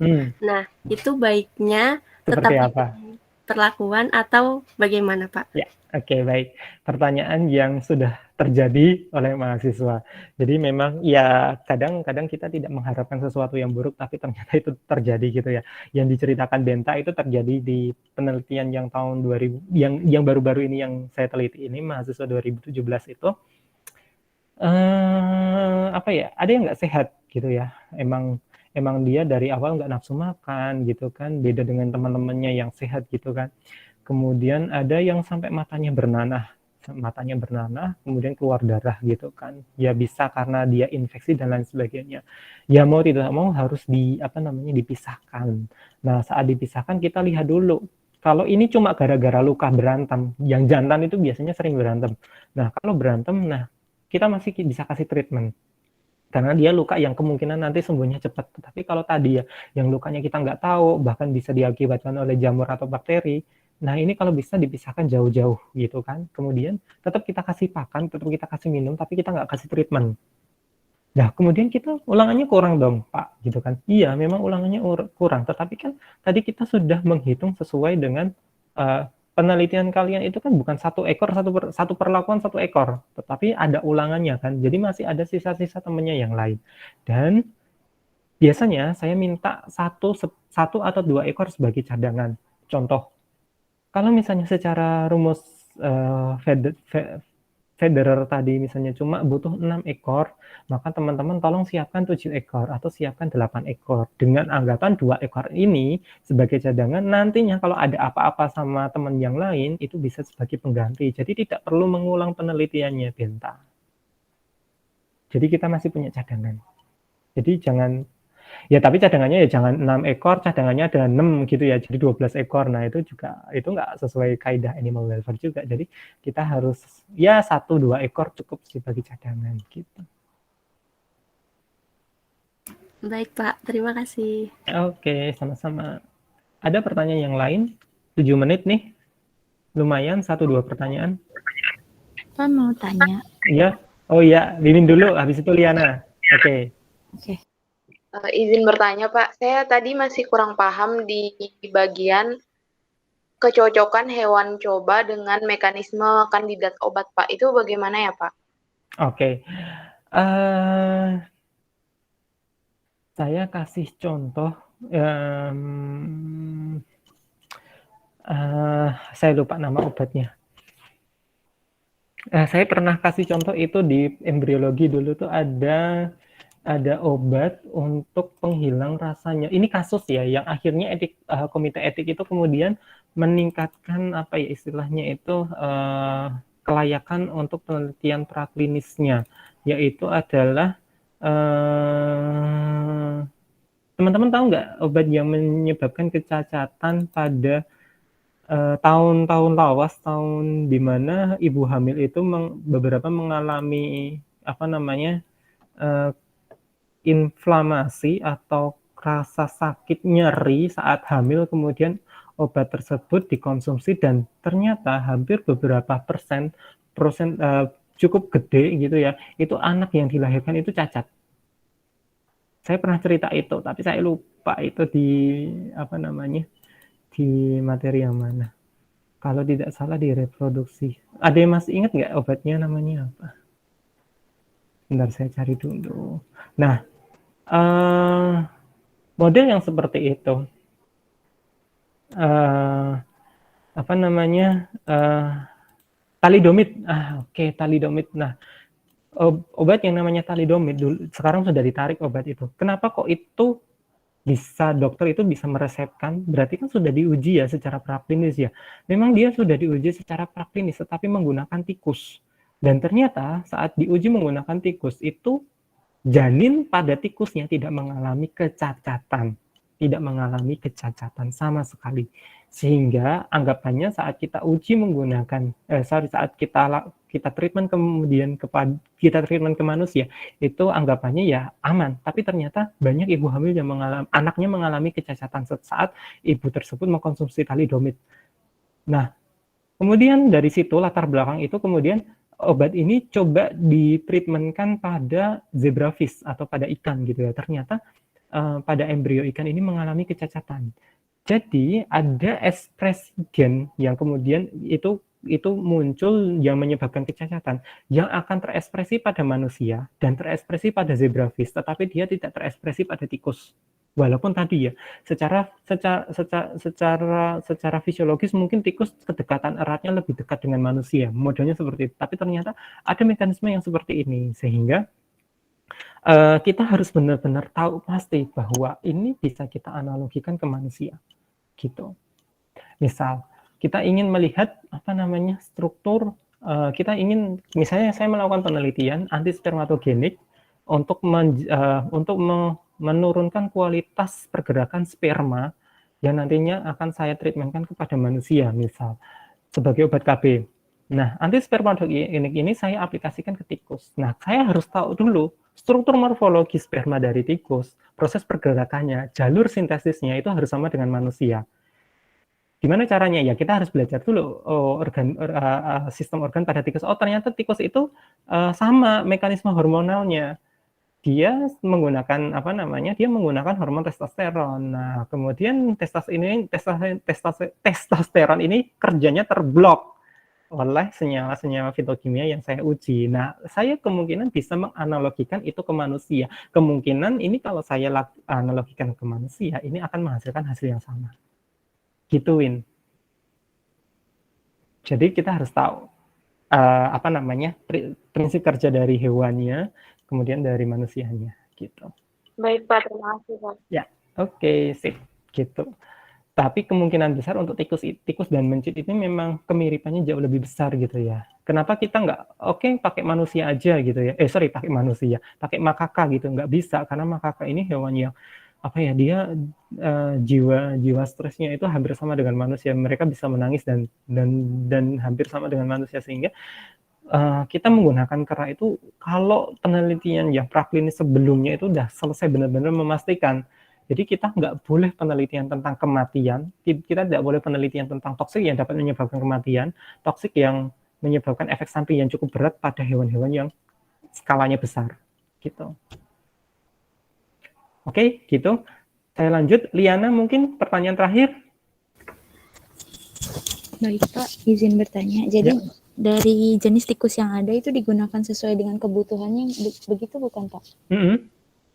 Jadi seperti kayak misalkan dermatitis, itu bisa digunakan ke jenis tikus yang hairless rats. Gitu. Ya, ada tapinya ya, ada tapinya. Kembali lagi tadi saya bilang bahwa penelitian kita itu harus mengkaji beberapa sudut pandang, termasuk dana. Nah, kalau dananya memang tidak cukup, orang membuat model hewan coba hairless tanpa memiliki rambut itu juga memiliki tujuan tertentu, mempermudah model penelitian. Tetapi kita lihat, ternyata sumbangsih dana yang mereka lakukan itu gede, jadi nggak masalah mereka melakukan treatment model seperti itu. Nah, bagi kita, termasuk Indonesia yang dimana dana penelitiannya dipangkas terus sama pemerintah gitu ya, dipangkas terus kayak gitu kan, atau misalnya mahasiswa skripsi gitu ya, udah bayar UKT, masih masih diminta untuk penelitian yang pakai dana pribadi, hairless itu bisa sekitar 2 juta per ekor loh. Nah, kalau pakai rumus Federer tadi, kita harus ada ulangannya 24 ekor, 24 juta. Kalau 1 ekor 1 juta, 24 juta itu baru beli tikusnya doang. Nah, sehingga kan tidak mungkin memaksakan kalau misalnya, oh saya pengen penelitian menggunakan obat luka bakar harus benar-benar menggunakan hairless rats gitu, enggak juga gitu kan. Kita mempertimbangkan tadi ya, mempertimbangkan model yang digunakan. Jika model seperti mencukur rambut tadi, kemudian kita membuat part atau bagian yang ingin kita kaji ya, yang kita ingin treatmentkan, dan itu sudah secara referensi sudah ada, metode juga sudah valid, sudah oke, di jurnal juga sudah diamati. Kenapa kita harus menggunakan dana yang besar jika hasil penelitiannya akan menghasilkan hasil yang sama? Gimana Liana? Paham maksud saya? Oh, jadi bisa menggunakan tikus lain gitu ya, Pak? Saya hanya tikus tadi saya jabarkan itu para peneliti itu mereka mengembangkan banyak sekali model gitu loh.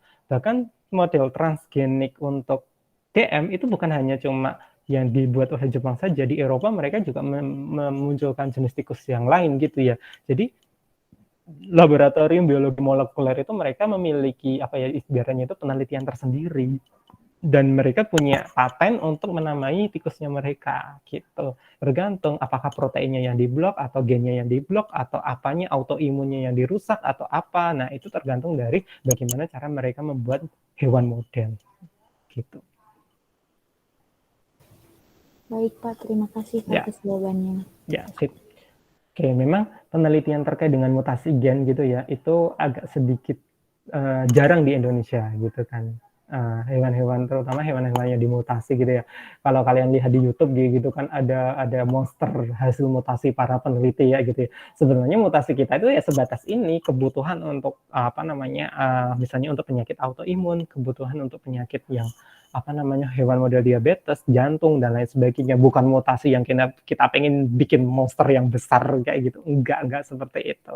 Itu salah satu mutasi yang diteliti, yang dikembangkan untuk pemodelan hewan yang nantinya penerapannya salah satunya adalah ke biomedis. Gitu. Nanti masih banyak lagi. Itu hanya beberapa contoh saja yang saya kasihkan. Sebenarnya masih banyak lagi hewan modelnya. Bahkan selain tikus dan mencit, hewan model jenis kelinci, kemudian tadi ya kan di ikan itu juga ada yang kemudian dia dijadikan hewan model DM, jadi dia sudah kena diabetes dulu gitu juga ternyata ada. Ya aneh-aneh lah pokoknya dalam dunia penelitian itu. Gitu. Oke, Liana? Oke, Pak. Oke, Terima kasih, Pak. Yo, sama-sama gitu. Tetapi untuk membuat hewan model itu balik lagi harus menyesuaikan prinsip 3R gitu kan. Maksud saya ya semakin berkembang negara maju gitu ya, dana penelitian mereka juga cukup gede, maka mereka juga mempertimbangkan hewan. Maksud saya adalah kalau misalnya kita induksi menggunakan aloksan atau kita induksi membuat DM dan mereka merasa kesakitan, kenapa harus menggunakan hewan yang memiliki rasa sakit jika secara genetik dia sudah dilahirkan dia sudah lahir kena DM, dia sudah lahir dalam kondisi kena DM, berarti kan dia nggak usah dikasih treatment yang aneh-aneh, dia sudah terkondisi bahwa dia mengalami DM. Nah itu kan sebenarnya sudah menyesuaikan prinsip 3R, kayak dicukur itu ternyata kan membutuhkan membutuhkan waktu, membutuhkan metode. Nah itu kan mungkin akan menimbulkan rasa sakit pada hewan, tetapi kalau kita sudah secara genetik ada hairless, kenapa tidak? Nah itu menjadi latar belakang para peneliti itu memunculkan hewan-hewan model gitu ya. Oke, mungkin itu saja, lewat 3 menit, 14.13, tetapi tidak masalah, tidak apa-apa, mohon maaf kalau misalnya ini agak sedikit memperlama waktu, tetapi semoga-moga apa yang saya berikan, apa yang kita didiskusikan pada hari ini, semoga bermanfaat bagi teman-teman semua. Mungkin itu saja dari saya untuk materi dan presensi, insya Allah nanti saya